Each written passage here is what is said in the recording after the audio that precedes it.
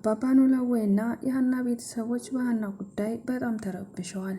ይህም ከጆሮ ጋር ያላት ድብቅ ግንኙነት ትንሽ ከብዷታል። ምን ብላ ማውራት እንዳለባት ሀና አላወቀችም። ምክንያቱም የጆሮና የሀና እህትና ወንድም ተብሎ የቀጠለ ነበረ። ግን ደግሞ ጆሮ ባላወቀው ምክንያት የሆነ ሰዓት እንዳፈቀራ ካወቀ በኋላ ሊነግራት ብዙ ጊዜ ሞክሮ ነበር። ግን ደግሞ አልቻለም። ፍቅሯን ባትቀበለኝም እንኳን እህትነቷን ማጣት አልፈልግም ብሎ ሲጠብቃት ነበር። ታዲያ ከችግሯ ወጥታ ከዛሬ ነገ ነግራታለሁ፣ ከቀበለችኝ ተቀበለችኝ፣ ፍቅሬን ካልተቀበለችኝም የራሷ ጉዳይ ከነሱ ርቃለሁ ብሎ ወስኖም ነበረ። ታዲያ በዛን ሰዓት ተምቹም አሁኑኑ ካልነገርካት ይችን ልጅ ታጣታለህ እያለም ቢመክረው አይ አላጣትም፣ አሁን ብዙ ችግር አለባት፣ በዚህ ችግሯ ላይ ሌላ ችግር አልፈጥርም። ስለዚህ አሁን የቤተሰቦቿ እውነታ ያወጣና ነገሮች በሙሉ ቦታቸውን ሲይዙ ያኔ ሁሉንም ነገር አስረዳታለሁ ብሎ ነበር ያሰበው። ግን እንዳሰበው አልሆነም። ጆሮ ሰላም ጤና ይስጥልኝ። ውድና የተከበራችሁ የቻናሌ ተከታታዮች እንኳን ደህና መጣችሁ። ቪዲዮን ላይክ፣ ሼር፣ ሰብስክራይብ በማድረግ ጀምሩት። ስለምትከታተሉኝ ከልብ አመሰግናለሁ። ታዲያ ወይዘሮ ሜላት በጣም ነበር ያሰበችው። ነገረ ሁኔታዋ በጣም ደስ አይልም። ታለቅሳለች። ግን ደግሞ ማንም ሰው እንዲያናግራት ፍላጎቱ አልነበረም። ሀና ወይዘሮ ሜላት በተደጋጋሚ እባክሽን ልጄ እንደ እናት ባልሆንልሽ እስከ ዛሬ፣ አሁን ግን እንደ እናት ለመሆን እየሞከርኩ ነው። ልክ ነሽ። እኔ እናት ወይም ደግሞ እማዬ ተብዬ የምጠራ ሴት አይደለሁም። በተለይ ላንቺ ሀንዬ ሁሉንም ነገር ከባድ እንደሆነ አውቃለሁ። እስከ ዛሬ ያሳለፍሽው መከራና ችግር ከበቂሽ በላይ እንደሆነ ግልጽ ነው። ግን ደግሞ ቢሆንም እንደ እናት እስኪ አንዴ እንኳን አክብሪኝና የሆንሽውን ነገር ንገሪኝ ነበር ያለቻት። ሀና ግን እማዬ እባክሽን ተረጅኝ፣ ከዚህ በኋላ ምንም እንድትይኝ አልፈልግም፣ እባክሽን ተይኝ፣ ብቻዬን መሆን ነው የምፈልገው ከማለት ውጭ ማንንም ሰው ልታናገር ፈቃደኛ አልነበረችም። ወይዘሮ ሜላትን በንግግሯ በጣም የተከፋች ብትመስልም እንኳን ሀና እስከምትረጋጋ ለመታገስ ሞክራለች። ግን ደግሞ ትዕግስቷም አለቀ። ቀኑን ሙሉ በር ዘግታ ማልቀሷ ሳይበቃ ብሎ ግን ማንም ሰው ሲጠይቃት መመለሷ አለመመለሷ ከባድ ሆኗል። ወንድሟም ብዙ ጊዜ እንደ ወንድም ቀርቦ ባህል እህቱ መከፋት ደስተኛ ያልሆነው ምናሴ ግን ደጋግሞ ጠይቋት ነበር። ሀና ግን መልሷ አሁንም ቢሆን አንድና አንድ ነው። እባክሁን አንተም ተውኝ፣ ማንኛችሁ ናችሁ እዚህ ቤት ለኔ የምትረዱኝ? እባካችሁን ተውኝ እያሉ ነበር።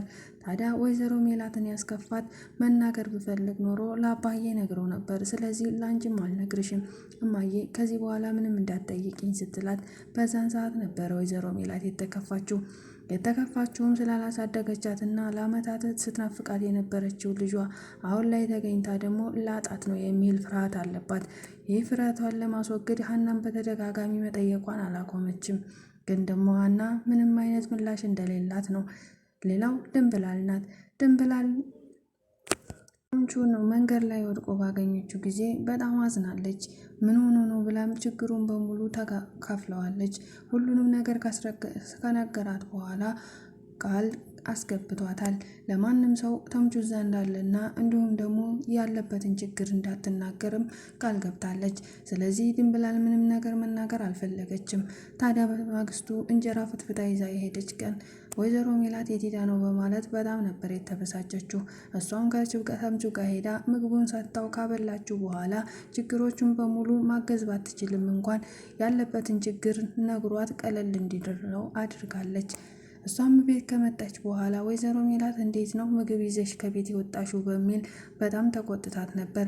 ልክ እንዳሰሪ ሆና ለወይዘሮ ባዩሽ እንደወሰደችው ሆና እርግጠኛ ነበረች።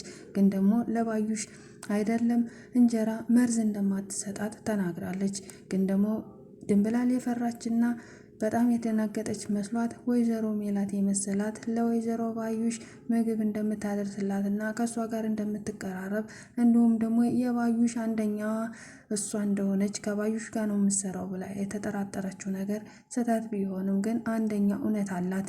ምክንያቱም ድንብላል በዚህ ወቅት አንድም ቀን እስከ ዛሬ እሷ ቤት ስትሆን ወደ ውጭ እንጀራ ይዛ ወጥታ አታውቅም። ታዲያ ዛሬ ላይ እንደዚህ ማድረጓ እሷ እስር ቤት ስለሆነች ለአለቃዋ እንጀራዬን ወስዳ እየሰጠች ነው በማለት ጥርጣሬ ከባድ ችግር ተፈጥሯል ቤት ውስጥ። ድንብላልም እጅን ቆርጣ ካስቀመጠችልኝ ሴት ጋር እንዴት ነው ጓደኝነት መስርተሻል ብለሽ የምትናገረኝ በሚል ተናዳባታለች። እዝራ አሁን ላይ ጭንቅ ገብቶታል። የተጨነቀውም ሀና ስልክ ያለማንሳቷ ነው።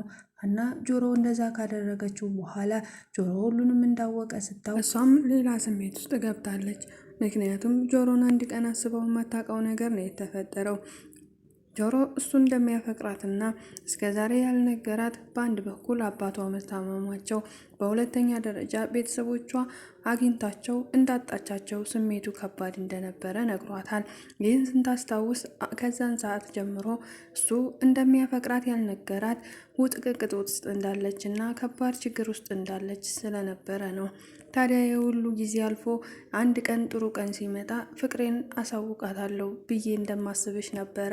አንቺ ግን ከኔ በበለጠ ሌላ ሰው ስላገኘሽ እኔ እየቆሜ እየጠበቁሽ ወደ ሌላ ሰው አመነሳሽ። ታዲያ ከዚህ በላይ ምን ታደርጊኝ? እዝራ እንደሚወድሽ ነግሮሻል። አንቺም እንደምትወጁ ገልጸሽለታል። ስለዚህ እኔን ተይኝና የራስሽን ኑሮ ኑሪ ሲላት ነበረ። አለም ጭልም ያለችባት። ምክንያቱም ጆሮን በዚህ ልክ ይቆጣኛል፣ በዚህ ልክ ይገለምጠኛል፣ በዚህ ልክ ያዋርደኛል ብላ አንድ ቀንም አስባ አታውቅም። ጆሮ በተደጋጋሚ ሀና እሱ የሆነ መጥፎ ነገር እያደረገ ወይም እያጨሰ ከመጣች እንኳን በድንጋጤ የሚያደርገውን አያውቅም። ዛሬ ግን ደፋር ሆኗል። ከዚህ ሁሉ በኋላ እንዲያከብራትና ወይም እሷን እንዲፈራትም ጠብቃ ነበረ። ግን ጆሮ የድሮ አይደለም። ከዚህ በኋላ ምን ቀረኝ ብሎ ተስፋ ቆርጧል። ምንም ነገር በህይወቱ የሚያስደስተው እንደሌለም አውቋል። ዛሬ ላይ ማንም እንደሌለው ማንም እንደማይፈልገውም አውቋል። ተምቹ ነበር የሚፈልገኝ፣ አብሮ አደግ ወንድሜ። እሱስ የት ጠፍቶ ይሆን? እኔ ነኝ እዚህ ጉድ ውስጥ ያስገባሁት። ሀናን ስለማፈቅራት ለሀና ብዬ አብሮ አደግ ወንድሜን የማይፈልገው ጣጣ ውስጥ ገብቶ ይሄው በሷ ምክንያት ከኔ ርቆ ጠፍቷል። የት እንዳለ እንኳን አላውቅም እያለ ነበር። ሀናም እንድታናግረው ብላ ነበር፣ ግን ጆሮ ሊያናገራት ፈቃደኛ አይደለም። ከዚህ በኋላም ሊያያት እንደማይፈልግ ደጋግሞ ነግሯታል። ሀና ታዲያ አውርተው መፍታት ያለባቸውን ነገር እንዲያወሩ ጠይቀው ነበር። ጆሮ ግን በፍጹም ከዚህ በኋላ ከእኔ ራቂ፣ ተይኝ ልኑርበት፣ የራስሽን ኑሮ ኑሪ፣ ተይኝ እያለ ሲያመነጫጭቃት ነበር። ያም አልበቃው ብሎ ሁሉንም ልክ ልኳን ነገራት። እዝራን እንደምታፈቅሪው ነግረሽዋል። ይህም በጆሮ ሰምቻለሁ፣ በዓይኔ የማይቻለሁ።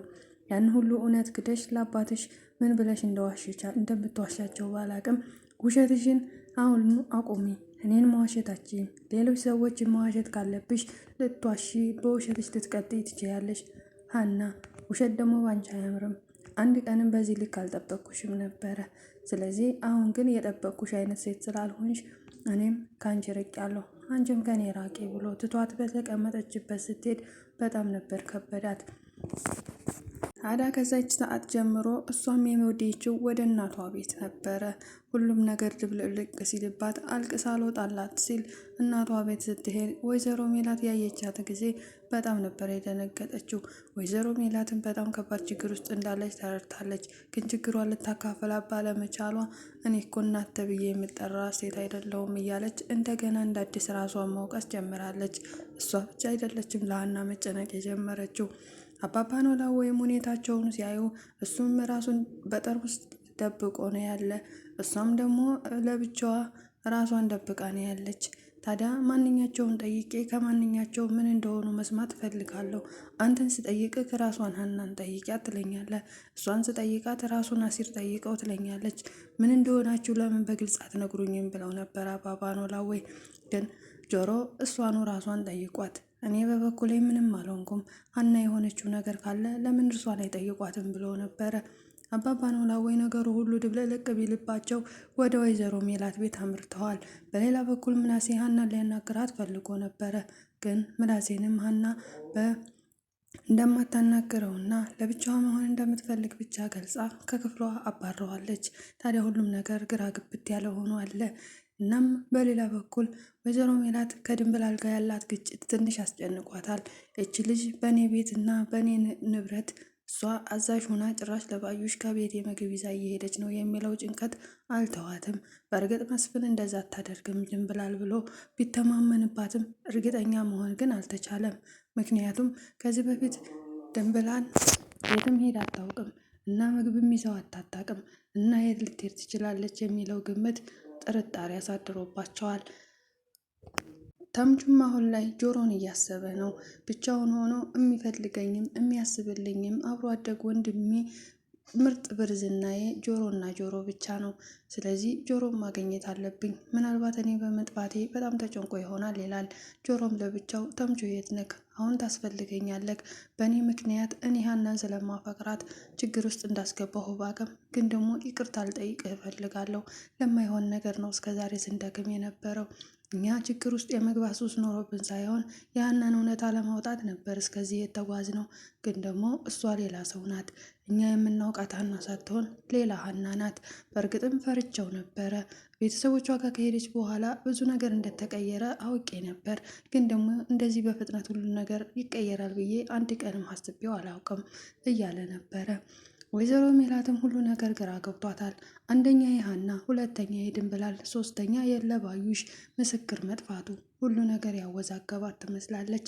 ታዲያ የሁሉ እያለ ሆኖ ሀና ያለባት ችግርን ለማን አውርታ እንኳን መናገር እንዳለባት አላወቀችም። እዝራ በሌላ በኩል ስልክ እየደወለ አይንሽን ካላየሁሽ ይላታል። ጠዋት አባባ ኖላዊ ወደ ወይዘሮ ሜላት ቤት ሲሄዱ እሷ ደግሞ እዝራን ይዛው ቁርስ ሊበሉ፣ ሌላው ደግሞ ምናሴ ወደነ አባባ ኖላዊ ቤት የደረሰ ጊዜ ጆሮ ራሱን ስቶ ተኝቶ ነበረ። እሱም ባተኛኘቱና በእንቅልፉ እየሳቀ ከቆይታዎች በኋላ ጆሮ ሲነቃ ላሴ ሊያናገረው የመጣውን ነገር ሊያናገረው ነበር። አንተን ፈልጌ ነው የመጣሁት ነበር ያለው። ፋዘር የት ሄደው ነው ብሎ ሲጠይቅ እሳቸው ቤት አልነበሩም። እኔ ስመጣ ግን እኔ የመጣሁት አንተን ላናግር ነው ስለ ሀና ጉዳይ ብሎ ነበር የጠየቀው። ጆሮም ሁሉን ነገር ስለሚያውቅና ሀና ጋር የተፈጠረውን ችግር በደንብ ያውቃል። ግን ደግሞ ለማንም እንዲህ ብሎ መናገር አይፈልግም። ሀናም እንደዛው የተፈጠረው ነገር በመሀላቸው ከባድ ችግር እንደሆነ ሁሉም ሰው ተረድተዋል። ግን ደግሞ ጆሮም ለምናሴ ምንም ነገር መናገር አልፈለግም። እኔ ስለ ሀና ምንም የማውቀው ነገር የለም። ለምን የተፈጠረውን ነገር እሷ ነው ሀናን አትጠይቃትም ብሎ ነበር የመለሰላት። ምናሴም እሷ መናገር ስለማልፈልግና ያለችበት ችግር ምናልባት አንተ የቅርቧ ሰው ነህ፣ ከዚህ በፊት ምንም ነገር አትደብቅህም። ስለዚህ አንተ ነግራህ ይሆናል። እኛ ምንም ነገር ልትነግረን ፈቃደኛ አልሆነችም። ስለዚህ አንተን ልናግርህ የመጣሁት እዚህ ነው ብሎን ነበረ። ጆሮ ግን በተቃራኒው እኔ ምንም የማውቀው ነገር የለም ነበር ያለው። እሱም በንግግሩ ስለተበሳጨና በንግግሩ የማይሆን ነገር እንደሆነ ሲያውቅ ትቶ ቤቱን ለቆ ሄዷል። በሌላ በኩል አባባ ኖላዊ ወይዘሮ ሜላት ቤት በጧቱ ሄደዋል። በጧት የሄዱት ሀናን ለማናገር እና ሀናን ለማየት ነበር። ሌሊቱን ሙሉ እንቅልፍ እንዳልወሰዳቸውና በሀና ጉዳይ እንዳዘኑ ተናገሩ። ወይዘሮ ሜላትም ሀና ጥሩ ነገር ላይ አይደለችም፣ እኔም ግራ ገብቶኝ እኮ ወደ እርስዎ ልመጣ ነበረ፣ ምናልባት የነገረችዎት ነገር ካለ ብዬ። ሀና ጥሩ ላይ እንዳልሆነች አውቃለሁኝ። እናም አሁን ደግሞ የሆነ ቦታ ደርሼ ልምጣ ብላ ወጥታለች ብለዋት ነበር። እንደው ታዲያ ምን ሆና ነው? ምንም የነገረችሽ ነገር የለም? ምናልባት እኮ ከኔ አንቺን ልታቀርብ ትችላለች፣ እናት አይደለሽ ብለዋት ነበረ። ግን ወይዘሮ ሜላት ምንም ነገር እንዳልነገረቻትና ልትነግራትን ፈቃደኛ እንዳልሆነች ነበር የተናገረችው። አባባ ኖላዊም ነገሩ ሁላ ግራ ቢገባቸው እስኪ እስክትመጣ ጠብቄ ዛሬ እውነቱን ሳላውቅ ከዚህ ቤት አልሄድም ብለው በተስፋ ቁጭ ብለው ሲጠብቋት ሀናም ከሄደችበት ከእዝራ ጋር ቆይታ በኋላ ወደ ቤት መምጣቷ አልቀረም። አባባ ኖላዊም ዛሬ የመጣው ይመጣል እንጂ የሆንሽውን ነገር ሳትነግሪኝ ከዚህ ቤት ቁጭ ብዬ ውዬ አድራለሁ እንጂ አልሄድም ነበር ያሏት። ሀናም ግራ በመጋባት አባዬ ለምንድን ነው የማትረዳኝ? ለምንድን ነው ጭንቀት የማይገባክ? እያለች ነበረ። ጭንቀትሽን ለመካፈል መስሎኝ ከዚህ እያልኩ የምሯሯጠው፣ እውነታውን ንገረኝና ችግርሽን እኔም ልጋፈጠው ብለዋት ነበር። ግን ሀና የመናገሩም አቅሙ የላትም። በስተ መጨረሻም አብረን ሄደን እቤታችን ለብቻችን ሁሉንም ነገር እነግርሃለሁ፣ ሁሉንም ነገር አስረዳሃለሁ ነበር ያለችው። አባባ ኖላዊም በዚህ ተስማምተዋል። እኔን እንደ ሕፃን ልጅ ልትዋሹኝና እንደ ሕፃን ልጅ ልታሞኙኝ አትችሉም። እውነታውን ንገሩኝና እኔም ልወቀውና እንደናንተው ልጨነቅ። አንቺ እዚህ ተደብቀሽ በብርድ ልብስ እያለቀሽ ትወያለሽ። እሱ ደግሞ ራሱን በጠርሙስ ውስጥ አይቷታል። ማታ ጠጥቶ ይገባል። ቀን ቀን ደግሞ የት ውሎ የት እንደሚያመሽ እንኳን አላውቅም። ትናንት እሱን ስፈልግ አምሽቼ የሆነ መጠጥ ቤት አገኘሁት። ጥንብዝ ብሎ ከሰክሮ ወደ ቤት እየገብቼ አደርን። ደግሞ አንቺንም ስጠይቅሽ እንደዛው፣ እሱንም ስጠይቀው ምንም መልስ የለውም። እና ችግራችሁ ምንድን ነው ብለው ነበር የጠየቋት። ሀናም ምንም ነገር መተንፈስ አልፈለገችም። ስለዚህ ወደ ቤታቸው ሄደው ሊያወሩ ተስማምተው ነበር። እዛ ሲሄዱ ግን ተምቹ ቁጭ ብሎ ነበር። ጆሮም ሀናን ሲያያት በጣም ደነገጠ። በዛን ሰዓት አባባ ኖላዊ ግራ ገባቸው። እናንተ ልጆች ችግራችሁ ምንድን ነው? ለምንድን ነው እናንተ እኔ የማትነግሩኝና እኔም ችግራችሁን የማላውቀው ብለው ጆሮም ማፋጠጥ ጀመሩ። ጆሮም ከኔ ሀናን እንደምታስበልጡ አውቃለሁ። ስለዚህ ሀናን ከኔ ጋር አታወዳድሩ። እሷ ከማንም ከምንም በላይ እንደምትበልጥብዎትም አውቃለሁ። እባክዎን ፋዘር አሁን በሩን ልቀቁልኝና እኔ ልውጣ ነበር ያላቸው። በፍጹም አንተም ልጄ ነህ፣ እሷም ልጄ ናት። ስለዚህ የማመዛዝንበት ሚዛን የለኝም። የሆንከውን ንገረኝና ለሆነው ሁሉ መፍትሄ እንፈልግለት፣ አለበለዚያ በዚህ ሁኔታ አንዛለቅም እያሉ እየተቆጡ ነበር። ጆሮም ሁኔታው በሙሉ ስላላማረው ሁሉንም ነገር የተናገረውን ተናግሮ በሉ በሩን ልቀቁልኝ ልሂድ ነበር ያለው። በዛ መሀል ሀናም አንገቷን ደፍታ ነበር። የተፈጠረው ነበር ከባድ እንደሆነ ገብቷቸዋል አባባ ኖላዊ። ስለዚህ ልጆቹ ምን እንደሆኑ ማወቅ ቢፈልጉም እንኳን ነገረ ሁኔታቸው ምንም ስላላማራቸው እሷንም አይኗን እሱንም አይኑን አይተው ዝም ከማለቶች ሌላ ምንም መፍትሄ ማምጣት አልቻሉም። ታዲያ አሁንም ደግሞ ጠየቁት። እሱ ግን ደግሞ ያላቸው እኔ ከሀና አልበልጥም፣ ስለዚህ ሚዛናዊ የሚሆነው ወደ ሀና ነው።